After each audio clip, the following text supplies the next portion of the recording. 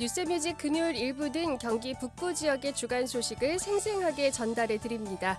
경기 북부의 모든 정보를 모아서 여러분의 귀에 쏙쏙 담아드릴게요. 경기 북부 지금 여기는 오늘도 동두천시청 박미현 미디어팀장과 전화 연결로 함께하겠습니다. 안녕하세요. 네, 안녕하세요. 박미현입니다. 네, 자 오늘 첫 번째 소식 어떤 내용일까요? 네, 오늘은 의정부시에서 추진 중인 UBC 사업 이야기를 나눠보려고 해요. 이 사업이 시의회에서 반대가 많거든요. 어떤 이야기들이 나오는지 풀어보겠습니다. 네, UBC 사업 이거 의정부 비즈니스 콤플렉스 줄여서 UBC 사업이라고 하잖아요. 근데 이 네. 사업은 의정부 역세권을 활성화하겠다 뭐 이런 프로젝트인데 그런데 왜 시의회에서 이거를 반대하고 나설까요? 네, 가장 먼저 나오는 이야기가 법적 문제예요. 시의원들 중에는 이 사업이 민간투자법 같은 법규를 위반할 소지가 있다, 이렇게 걱정하고 있거든요.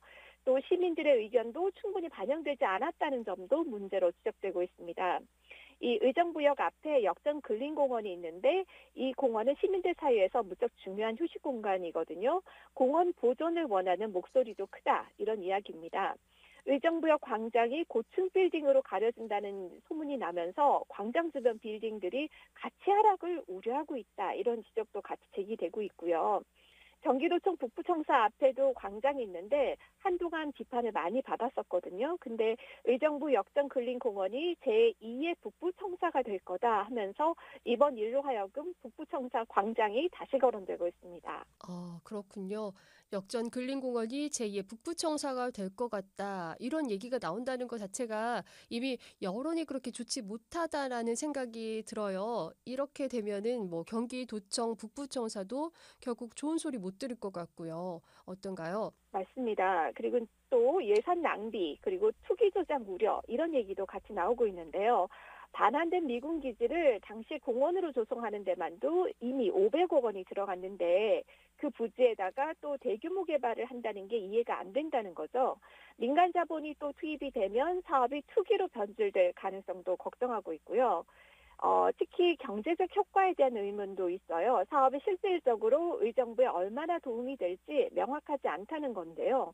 그래서 지난 회기 때 의회에서 사업 용역비 8억 원이 전액 삭감됐습니다. 근데 그 삭감된 그 예산이 다시 그대로 내년 예산에 다시 반영된 거예요. 그래서 의회는 상임위에서 본 예산을 지금 현재 심의 중인데 이 예산을 이번에도 삭감하겠다, 이런 의지를 다지고 있습니다. 네. 의회에서 비난이 더 거세질 것 같습니다. 네. 이야기를 이제 들어보니까 시의회에서 왜 이런 반응을 보이는지 알 것 같은데요. 그런데 의정부시는 그럼 이렇게 반대가 많은 사업을 왜 추진하려고 하는 걸까요? 네, 의정부시에 따르면 이 사업을 통해서 의정부 역세권을 수도권 북부의 중심지로 만들겠다, 이런 의지가 강합니다. UBC 사업은 의정부역 동측하고 역전 근린공원 일대를 새롭게 개발하는 프로젝트거든요. 호텔, 업무시설, 주거단지, 그리고 이채공원까지 포함이 돼 있어요. 쉽게 말해서 이 지역을 랜드마크로 바꿔서 의정부를 비즈니스와 문화, 관광의 중심지로 만들겠다는 건데요.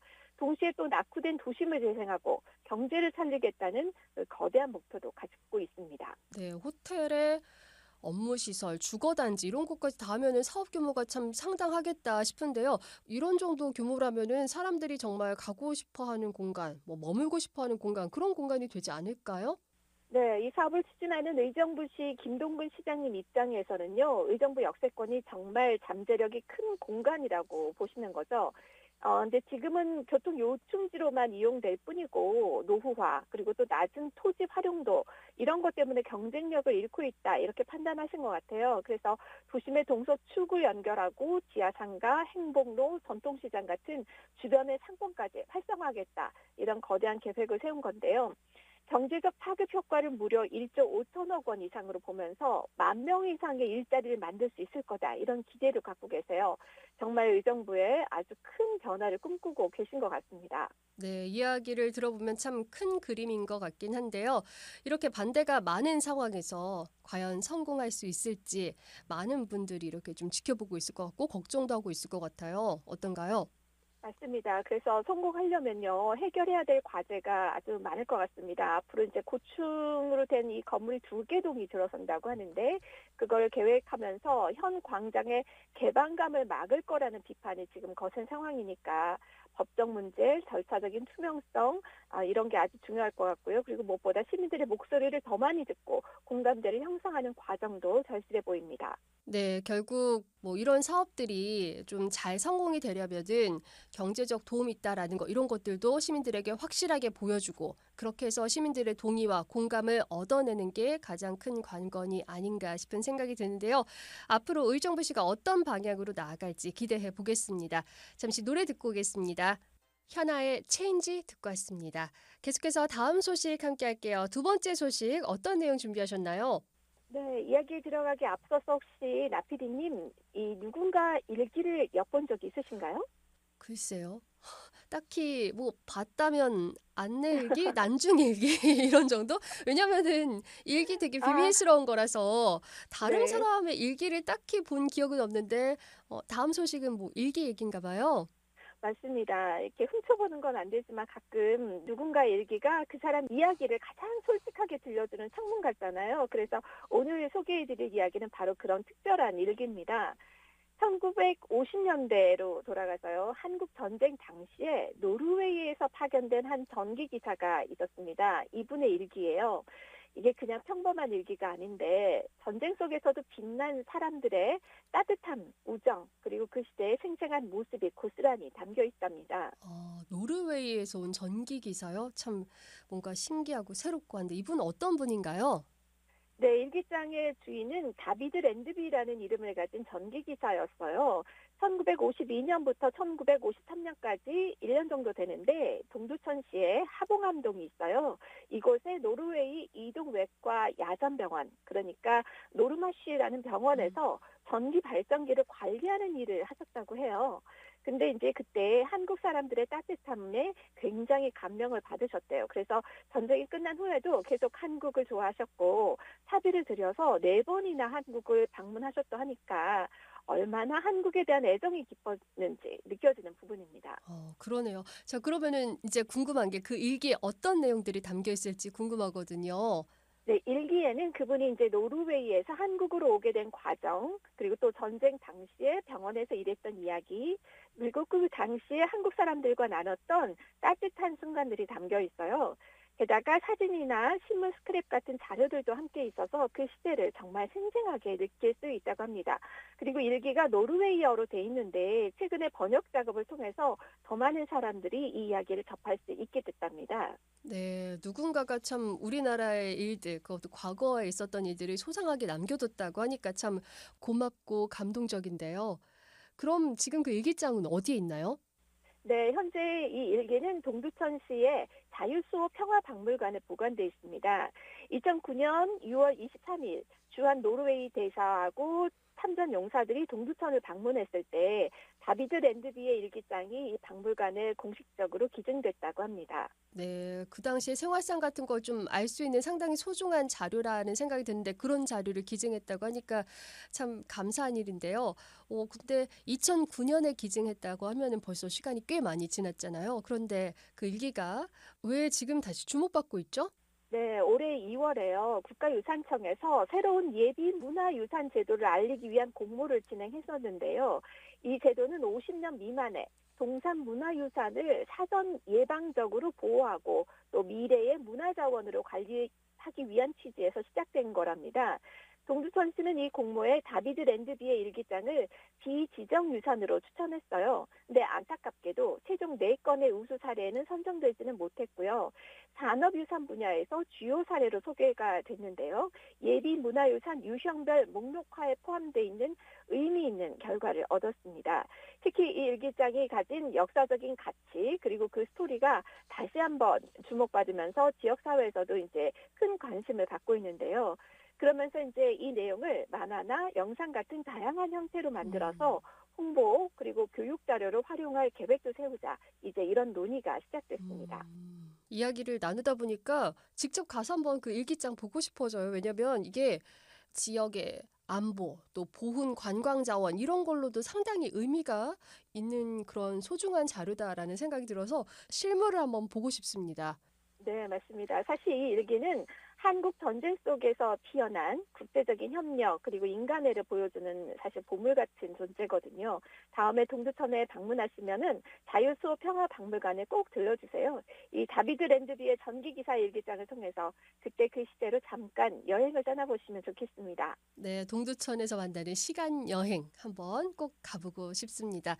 자, 이제는 마지막 소식 들어보겠습니다. 항상 마지막에는 따뜻한 소식들 전해주시잖아요. 오늘은 어떤 내용의 따뜻한 소식이 있을지 궁금합니다. 소식 전해주시죠.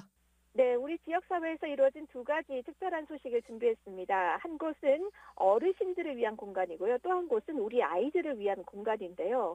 바로 포천시에서 개소한 경기도 AI 시니어 돌봄타운 1호점, 그리고 또 동두천시에 새롭게 문을 연 아동 돌봄센터입니다.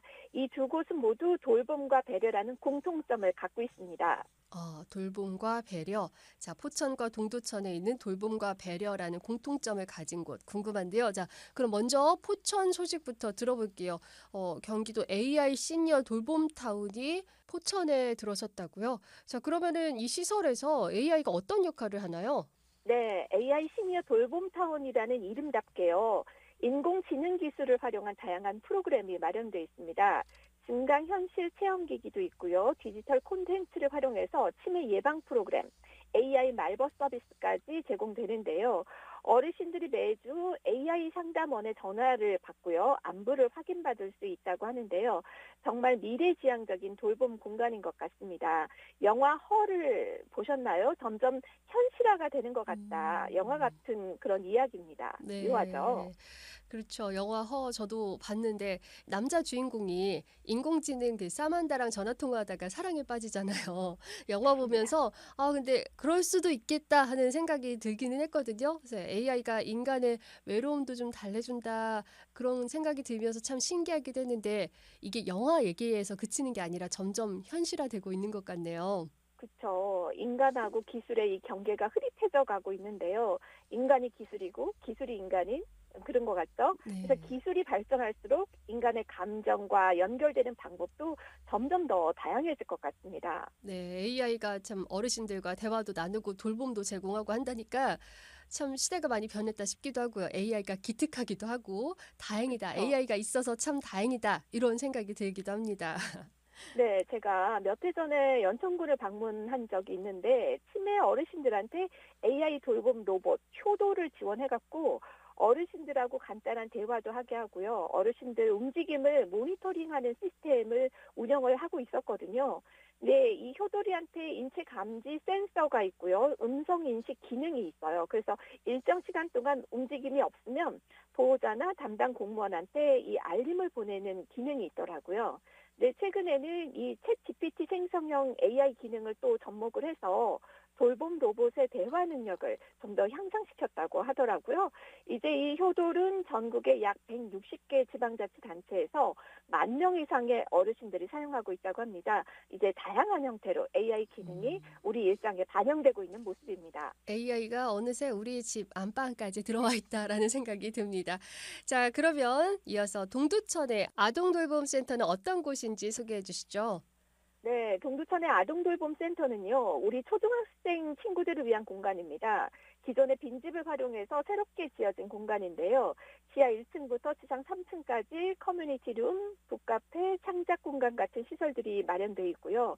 이곳에서는 6세부터 12세까지 아이들이 방과 후에 시간을 안전하게 보낼 수 있도록 돌봄 서비스를 제공합니다. 특히 이제 동두천시하고 경기주택도시공사가 협력해서 20년 동안 임대료 걱정 없이 운영할 수 있게 됐다는 점도 큰 의미가 있겠습니다. 어르신들과 아이들 모두를 위한 공간이니까 더 반갑네요. 네, 그렇죠. 두 공간은요, 모두 이제 돌봄 필요성을 채워주는 것도 그렇고요. 지역사회 또 새로운 활력을 불어 넣을 거라는 그런 기대를 받고 있습니다. 이 포천의 AI 시니어 돌봄타운은 어르신들이 디지털 기술에 이제 익숙해져야 되고 건강을 유지하는 데 도움을 주는데 관인 지역의 작은 도서관을 지역 커뮤니티 중심으로 만들어 줄 거고요. 동두천의 아동돌봄센터는 빈집을 활용해서 새로운 가치를 창출한 사례거든요. 이 지역 아이들하고 가족들에게 안정감을 주고 지역 경제 활성화에도 기여할 거라는 그런 기대를 받고 있습니다. 네, 우리 지역사회 이렇게 어르신부터 아이들까지 모두를 이렇게 함께 아우르는 따뜻한 변화가 이어지고 있다고 하니까 참 반갑고 고마운 소식이다 싶습니다. 오늘도 좋은 정보 감사합니다. 네, 감사합니다. 네, 지금까지 동두천시청 박미연 미디어 팀장과 함께한 경기 북부 지금 여기는 이었습니다.